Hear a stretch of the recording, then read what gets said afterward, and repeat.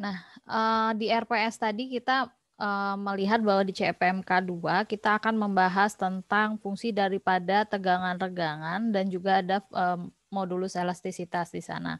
Nah, tegangan yang terjadi ini itu akibat adanya pembebanan. Yang pertama adalah tegangan aksial, gaya aksial, lentur, kemudian geser atau bisa jadi adanya puntir ya. Jadi 4 item. Nah, pada waktu adik-adik belajar mata kuliah analisa struktur, baik itu tertentu maupun tak tentu di semester 1 maupun semester 2, adik-adik itu kan nanti akan membuat sebuah, bukan sebuah ya, ada beberapa diagram, yaitu diagram SFD, ya, ini adalah diagram geser. Kemudian ada diagram BMD, ini adalah lentur. Kemudian ada diagram NFD, itu adalah aksial. Nah, kemudian jika dimungkinkan, kalau nggak salah di AS2 ya mungkin tak tentu adik-adik juga mengenal adanya TMD, ya torsional moment diagram ya, atau torsi ya atau puntir seperti itu. Nah, kita akan memanfaatkan ya gaya-gaya atau diagram-diagram yang sudah adik-adik pelajari di AS1 maupun AS2, penerapannya terhadap internal force yang terjadi di material ya atau kapasitas penampang itu akan terjadi itu seperti apa bentuknya.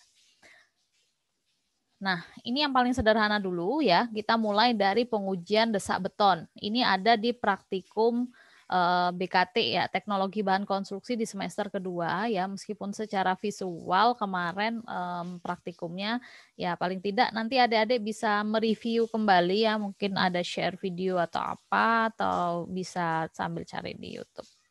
Nah, pengujian di sini saya ngambil sampel adalah sampel silinder yang akan diuji desak ya, diuji desak dengan mesin compression ya, testing mesin itu.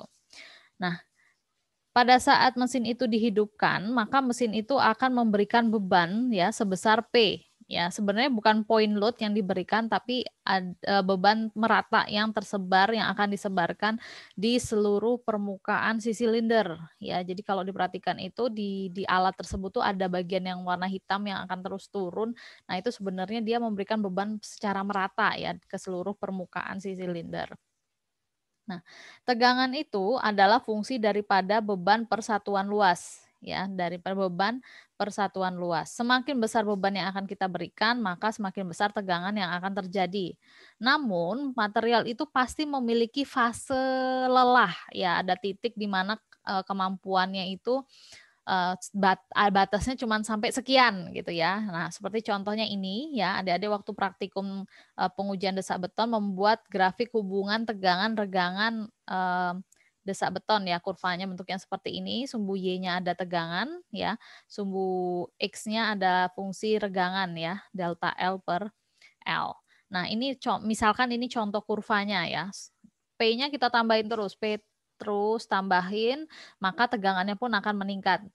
Di suatu posisi, di suatu waktu tertentu, nanti akan kita lihat bahwa ternyata dia akan berada di fase Pmax ya, di fase paling tinggi, beban yang paling tinggi. Setelah dia mencapai beban puncaknya, ternyata dia tuh udah lelah ya, kemampuannya hanya sebatas itu aja. Pasti dia akan mengalami degradasi kekuatan ya, tegangannya akan menurun ya, P yang akan terbaca akan mengecil. Nah, jadi kurvnya seperti ini. Lama-lama ini benar-benar nol. Oke. Nah, dengan kata lain bahwa tegangan maksimum ini itu kalau diuji desak beton itu setara dengan kekuatan betonnya. Jadi kapasitas maksimum beton itu mampunya sekian MPa, sekian tegangannya ya. MPa, kenapa? MPa satuannya itu Newton per milimeter persegi ya, satuan beban dibagi dengan satuan luas. Jadi tegangan itu dalam MPa. MPa itu adalah Newton per milimeter persegi. Oke. Nah, di sini dijelaskan bahwa akibat gaya normal P yang berupa entah itu tarik apa tekan, maka seluruh penampang itu akan menderita tegangan yang merata. Ya, iya. Jadi tegangan itu akan disebar secara merata ke seluruh permukaan, ke seluruh luas penampang. Ya, bebannya juga akan tersebar merata, maka internal force-nya, perlawanan daripada materialnya sendiri juga akan sama. Mereka akan melawan sama besarnya antar partikel itu ya untuk menahan tegangan yang terjadi. Nah, kemudian gaya P ini akan bekerja pada penampang yang menghasilkan tegangan yang merata jika posisi garis kerja gaya melewati titik berat penampang. Nah, kalau adik-adik perhatikan pada saat praktikum itu sampelnya itu di capping. Di capping itu apa? Jadi ini ada penambahan ya belerang di atasnya. Untuk apa fungsinya? Untuk meratakan permukaan ya, untuk meratakan permukaan beton. Nah, karena beton itu kan sebenarnya dia adalah susunan daripada pasir, kerikil, semen dan air. Nah, kalau misalkan dia hanya terdiri dari pasir, semen, dan air, biasanya permukaannya bisa dengan mudah dibikin rata. Seperti halnya kita memplester, mengaci gitu ya di dinding rumah itu kan bisa smooth ya, bisa halus seperti itu.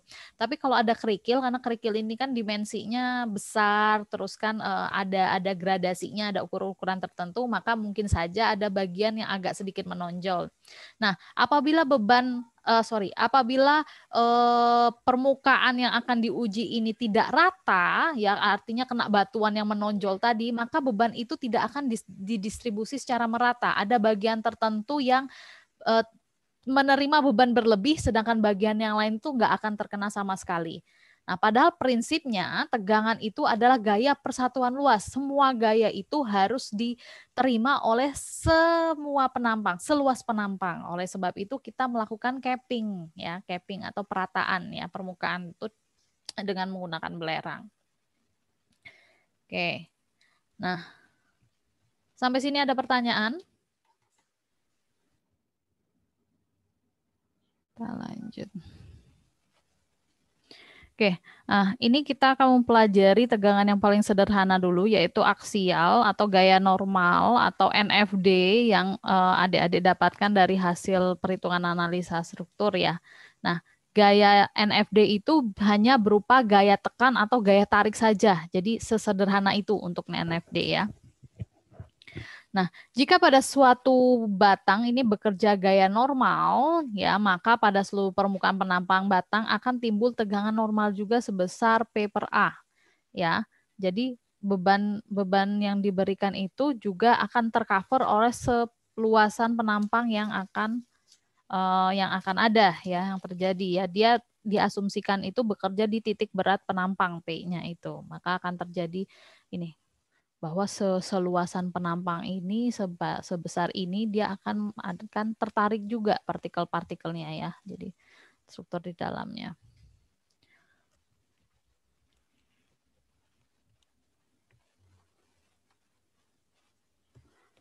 Nah, kemudian jika sebuah batang bekerja dengan gaya normal, maka pada seluruh penumpang batang akan timbul tegangan normal sebesar P per A. Kalau tadi analoginya secara 3 dimensi, kalau ini misalkan kita ambil secara 2 dimensi ya.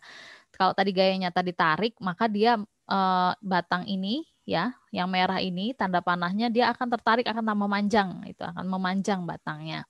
Nah, apabila dia akan diberikan beban desak, maka sebenarnya struktur ini kemungkinan dia akan terjadi perpendekan. Itu ada karena kita berikan gaya desak ya. Nah, besaran tegangan yang terjadi berapa? Sebesar P per A, lagi-lagi P per A ya, tegangan yang terjadi. Nah, ini juga seperti itu ya, gaya tarik secara 2 dimensi ini maka dia akan menarik, akan mulur ya, batangnya akan memanjang.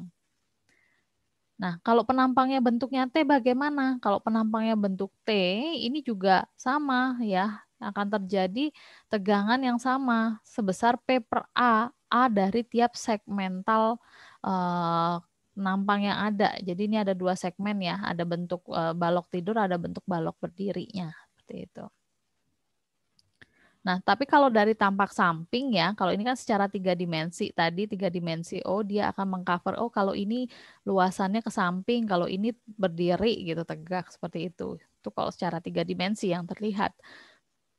Tapi kalau dari sisi samping ya, potongan samping, maka terlihat sama besarnya bahwa tegangan yang terjadi mau di bagian flange ya, bagian flange yang tidur tadi atau bagian webnya ya di badannya itu kayaknya seperti sama besar tegangan yang terjadi sebesar P per A juga.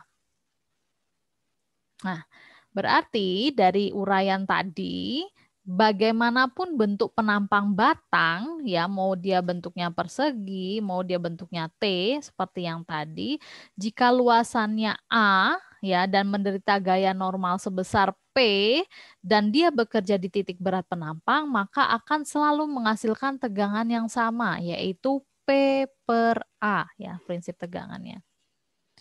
Nah, kondisi ini itu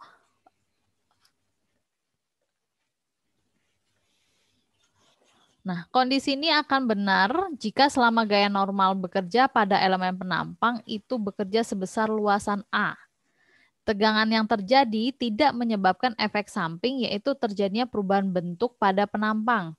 Nah, untuk kuliah ini, maka tegangan normal dianggap tidak menyebabkan terjadinya perubahan bentuk pada penampang. Asumsinya itu tidak terlihat sama sekali, maksudnya tidak benar-benar dia akan memanjang sekali atau memendek sekali ya. Diasumsikan perubahan bentuknya tidak tidak signifikan, dia tidak menggelembung seperti itu.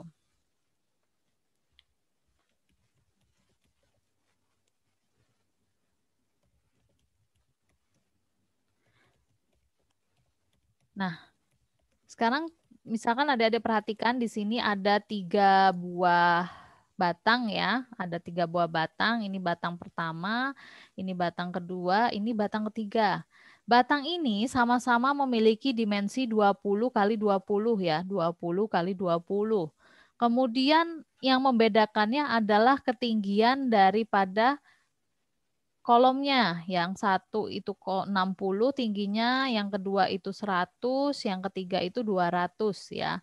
Nah, apa sih dengan perbedaan ketinggian ini apakah mempengaruhi nilai tegangannya? Nah, ini tentu saja tidak.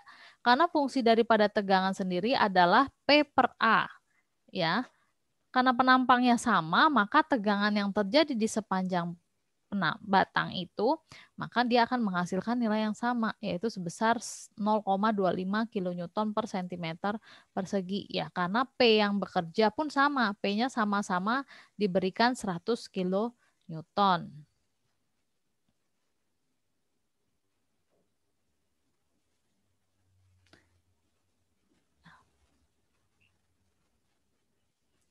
Misalkan ini ya, P-nya sama, ya, tapi bentuk penampangnya beda ya. Yang bentuk pertama adalah bentuk persegi, penampang 1 bentuknya persegi, penampang 2 L bentuknya, penampang 3 persegi panjang. Nah, namun dari segi luasan mereka sama-sama akan menghasilkan luasan sebesar 400 cm persegi. Ya, maka tegangan yang terjadi mau bentuk penampangnya seperti itu jika luasannya sama, maka tegangan yang terjadi pun sama. Ini asumsinya ya, asumsi aja bahwa tiang tidak mengalami perubahan bentuk atau menekuk akibat beban P. Jadi dia belum mencapai fase plastis sebenarnya asumsinya di sini. Jadi masih elastik aja.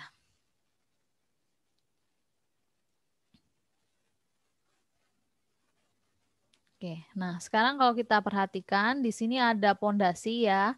Pondasi ini misalkan pondasi. Pondasi ini terdiri dari lapisan tanah. Di sini ada lapisan tanah. Kemudian pondasinya bentuknya ada yang kuning sama yang hijau. Ini kakinya, ya, base-nya, ya, beratnya 2,4 kilonewton per meter kubik. Kalau yang ini juga sama, ya, 2,4 kilonewton per meter kubik. Dia akan menderita beban sebesar 1 kilonewton per meter persegi, beban terbagi merata dengan beban titik P sama dengan 10 kilonewton. Ya, ketinggian bagian trapesium ini adalah 60 cm, kemudian ketebalan daripada pondasi yang bagian bawah base-nya ini adalah 15 cm. Nah, kalau tanpa atas penampang ini yang bagian hijau itu dimensinya lebih besar daripada bagian yang kuning ini ya, karena bentuknya dia base-nya itu sebagai dasar dia seperti penampang persegi dengan panjang 140 kali 60. Kemudian yang bagian kuning, base-nya dasar trapesiumnya ini, ya bagian bawah trapesiumnya, posisi di sini-sini, itu dimensinya adalah 1,2 meter atau 120 cm kali 40 cm. Nah, kemudian bagian atasnya sendiri ini ya, bagian atasnya sendiri tempat yang akan diberikan beban itu dimensinya adalah 1 ya atau 100 cm dikali dengan 20 cm.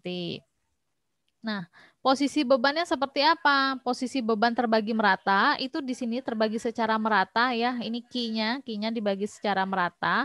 Nah, namun P ini bekerja di titik berat penampang pas di tengah-tengah ya, tengah-tengah X sama tengah-tengah sumbu Y-nya seperti itu. Nah, yang ditanyakan adalah tentukan tegangan yang terjadi pada ketinggian 30 cm dari permukaan tanah. Yang kedua, tentukan tegangan yang terjadi pada ketinggian 15 cm dari permukaan tanah dan tentukan tegangan pada permukaan tanah akibat beban yang ada di atasnya.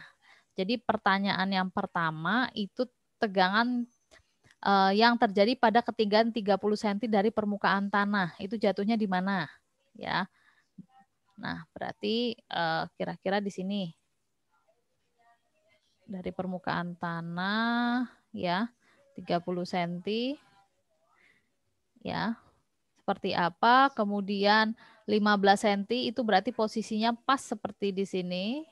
Ya, tegangan yang terjadi itu seperti apa? Kemudian tegangan yang terjadi pada permukaan beban. Permukaan tanah akibat beban. Berarti di pas di sini ya. Pertanyaannya itu. Nah, coba adik-adik kerjakan. Prinsipnya hanya menggunakan rumus tegangan sama dengan P per A. Bagaimana cara menjawabnya? Ya, silakan dikerjakan. Nah, tadi kan tahapannya kita ngitung luas penampang dulu. Tadi tegangan sama dengan P per A. Berarti yang paling mudah adalah kita ngitung A-nya dulu. A-nya yang mana? A-nya itu yang bagian di garis putus-putus tadi ya. Di bagian garis yang putus-putus itu tadi di slide yang sebelumnya. Nah, di ketinggian 30 cm. Nah, tadi luasannya berapa ya? Dengan cara tadi pakai perbandingan segitiga itu adalah 0,35 dikali 1,15 dapat sekian. Nah, sedangkan P sendiri, P itu beban. Beban itu tidak hanya akibat point load saja, tapi juga ada beban terbagi merata ya, plus merata ditambah dengan berat sendiri. Ya. Nah, untuk point load itu ini nilainya P 10. Kemudian untuk beban merata kan Q, ya. Q ini satuannya dalam meter persegi. Seharusnya Q ini harus kita bawa ke dalam kilonewton, ya, satuan gaya kilonewton. Berarti Q ini tadi ya, satu itu dari soal Q ini, kemudian harus dikalikan dengan luas. Luas pada saat ada bebannya, ya. Jadi si Q itu didistribusikan di luas permukaan yang mana sih? Yaitu luas permukaan ini 0,2 di sini dikalikan panjang kesananya adalah 1. Ya. Dapat. Kemudian ini berat sendiri. Nah, berat sendiri itu diperoleh dari mana? Berat aduh. Berat sendiri itu diperoleh ya, kalau kita lihat bahwa berat sendiri itu kan karena dia adalah elemen fondasi ya dengan memiliki berat jenis dan berat jenis ini kita memiliki satuan ya, nilainya adalah 2,4 kilonewton per meter kubik ya. Berarti kita harus bawa dia ya menjadi satuan juga ya, diubah menjadi suatu satuan tertentu.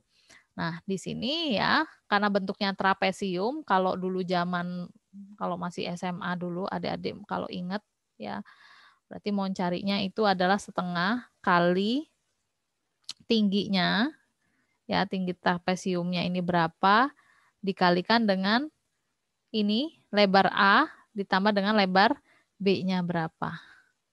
Nah, itu prinsipnya yang di sini. Dapatlah nilai 0,723. Itu ditambahkan ke bagian ini. Nah, kemudian kita jumlahkan semua nih bebannya. Ya, dapat 10 ditambah 1 kali 0,2 kali 1 ditambah 0,723 akan menghasilkan nilai 10,923 kilonewton. Nah, jadi untuk menjawab pertanyaan pertama, berapakah tegangan yang terjadi? Tegangan yang terjadi adalah bebannya ini, luasannya ini, hasilnya adalah 27,14 kilonewton per meter persegi. Jadi seperti itu cara mencari tegangan yang terjadi di ketinggian 30 cm di atas permukaan tanah. Jadi tegangan yang terjadi di atas ketinggian 15 cm di atas permukaan tanah itu tegangannya adalah sebesar 22,27 kN per meter persegi.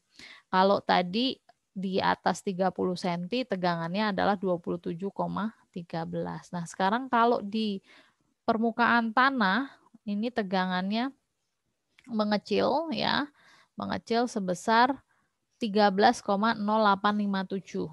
Itu artinya apa? Ya, karena semakin ke bawah dari secara visual saja kita bisa melihat bahwa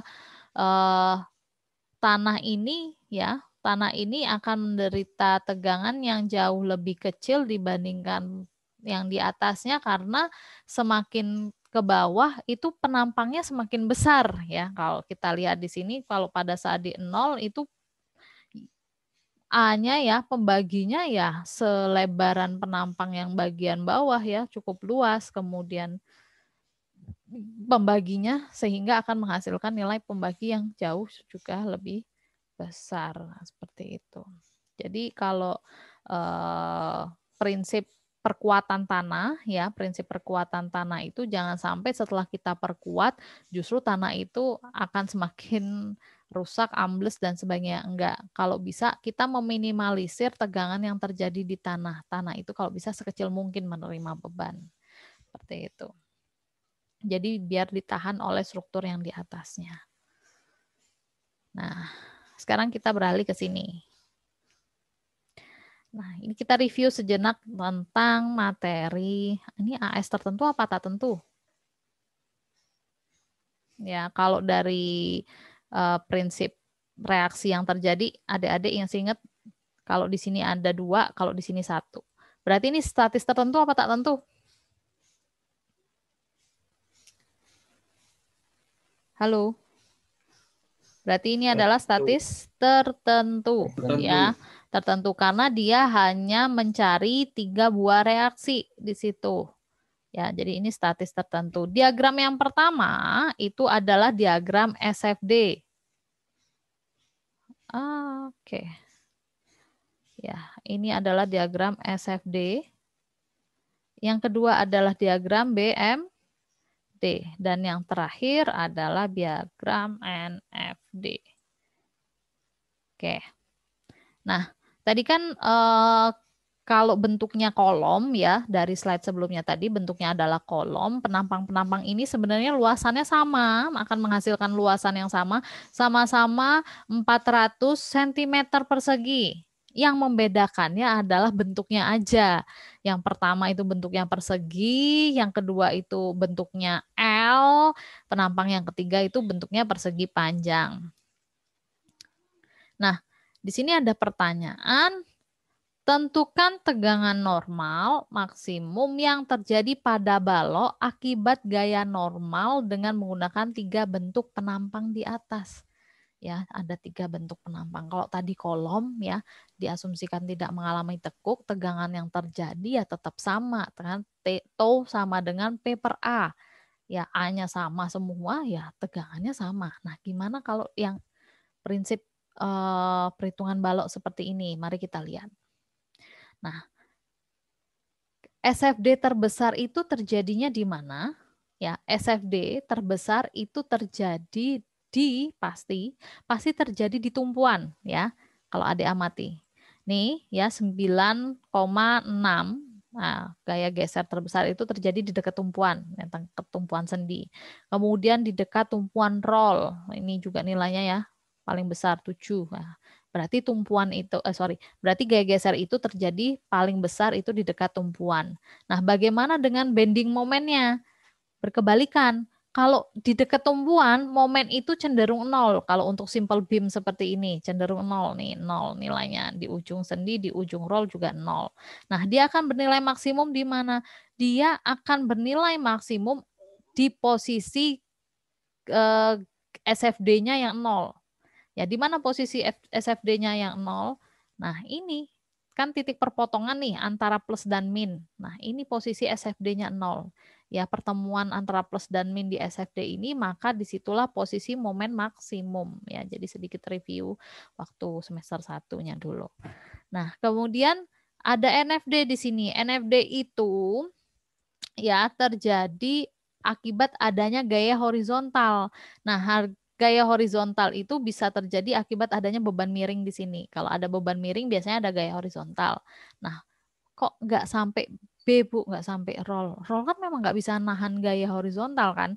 Kalau kalian main sepatu roda, apakah sepatu rodanya diem aja gitu kan? Tentu saja tidak. Sepatu rodanya tetap akan tergelincir ya, akan tetap maju mundur gitu kan. Artinya apa? Roll atau sepatu roda kan bentuknya roll itu ada perputaran bola-bola kan gitu bulat-bulat gitu bentuknya. Dia akan terus bergerak secara horizontal sehingga dia tidak bisa menahan gaya horizontal ya roll itu. Nah, posisi berhentinya di mana ya? Posisi gaya horizontal yang terjadi ini kan adanya di sini nih ya paling ujung itu. Nah, di sini ada nggak? Di sini nggak ada gayanya ini vertikal ya persis. Nah, sehingga ini posisinya hanya sampai di garis sini. Oke, situ ya.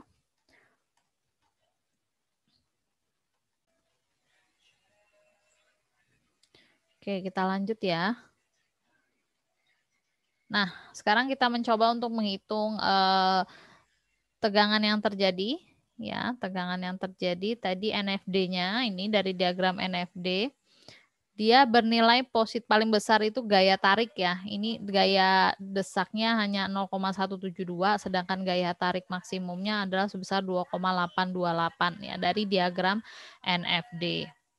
Nah, dari bentuk penampang yang sama ternyata dengan beban yang sama diasumsikan ya sama pula, maka tegangan yang akan terjadi juga akan sama jika dia hanya berupa gaya aksial saja ya di sini.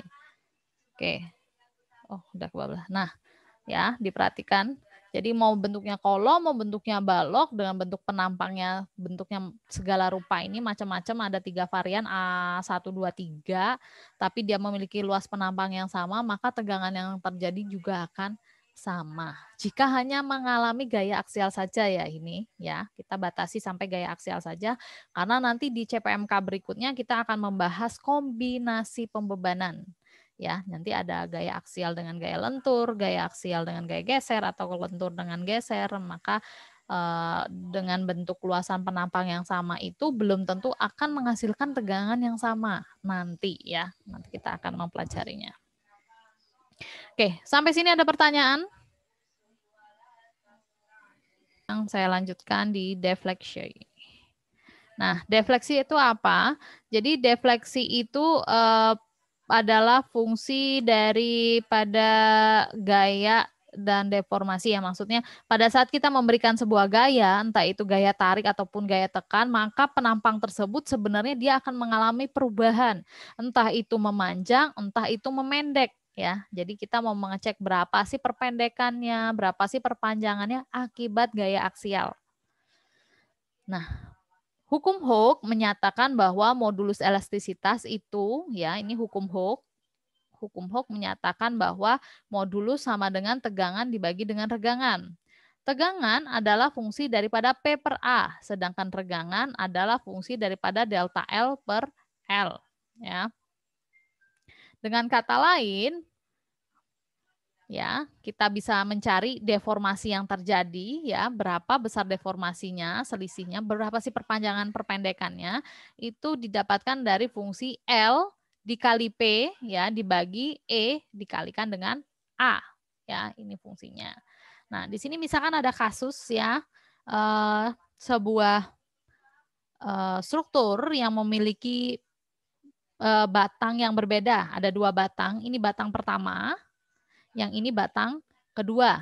Batang ini masing-masing memiliki luasan, modulus, dan panjang yang berbeda. Di bagian ujung ini adalah perletakan jepit, ya. Kemudian di ujung yang satunya di batang 2 ini terletak bebas, tapi dia bisa diberi beban sebesar P, gaya tarik ya. Nah, maka ya, yang semula posisinya adalah biru seperti ini akibat adanya beban P, ya, si batang tersebut akan mengalami perubahan panjang. Ya, tentu saja akan mengalami perubahan panjang. Sebesar berapa ini delta L dari masing-masing ini? Nah, kita akan bisa mengetahuinya. Nah, delta L itu adalah fungsi daripada ini tadi sigma L per E kali A dikalikan dengan P. Ya, misalkan di sini kita ketahui penampangnya diameternya 100 mili untuk yang batang pertama dengan panjang 1 meter. Kemudian batang kedua ini diameternya 65 mili, panjangnya 0,8 meter. Dia akan menerima beban di ujung C ini sebesar 1000 kilonewton. Nah, delta L, karena ini tadi adalah fungsi sigma, karena batangnya pun, karena dia memiliki dimensi yang berbeda ya, dan panjang yang berbeda, maka kita bagi dia dalam 2 part batang, yaitu batang AB, batang pertama, batang BC adalah batang kedua. Nah, masing-masing kita hitung delta L-nya dengan memasukkan rumus ini. Ya, kita masukkan ke rumusnya, maka akan menghasilkan nilai yang batang pertama, delta L-nya adalah sebesar 0,606 mili, kemudian batang yang kedua adalah sebesar 1,148 mili. Nah, sehingga total perpanjangannya ya, total perpanjangan batang tersebut, batang A sampai batang C itu adalah sebesar 1,754 mm. Ya, dengan hanya menginputkan masing-masing L dan masing-masing E ya, E, A maupun P-nya. Nah, akan dapat nilai sekian. Nah, bagaimana jika bebannya itu di B dan di C diberikan beban yang kalau di sorry.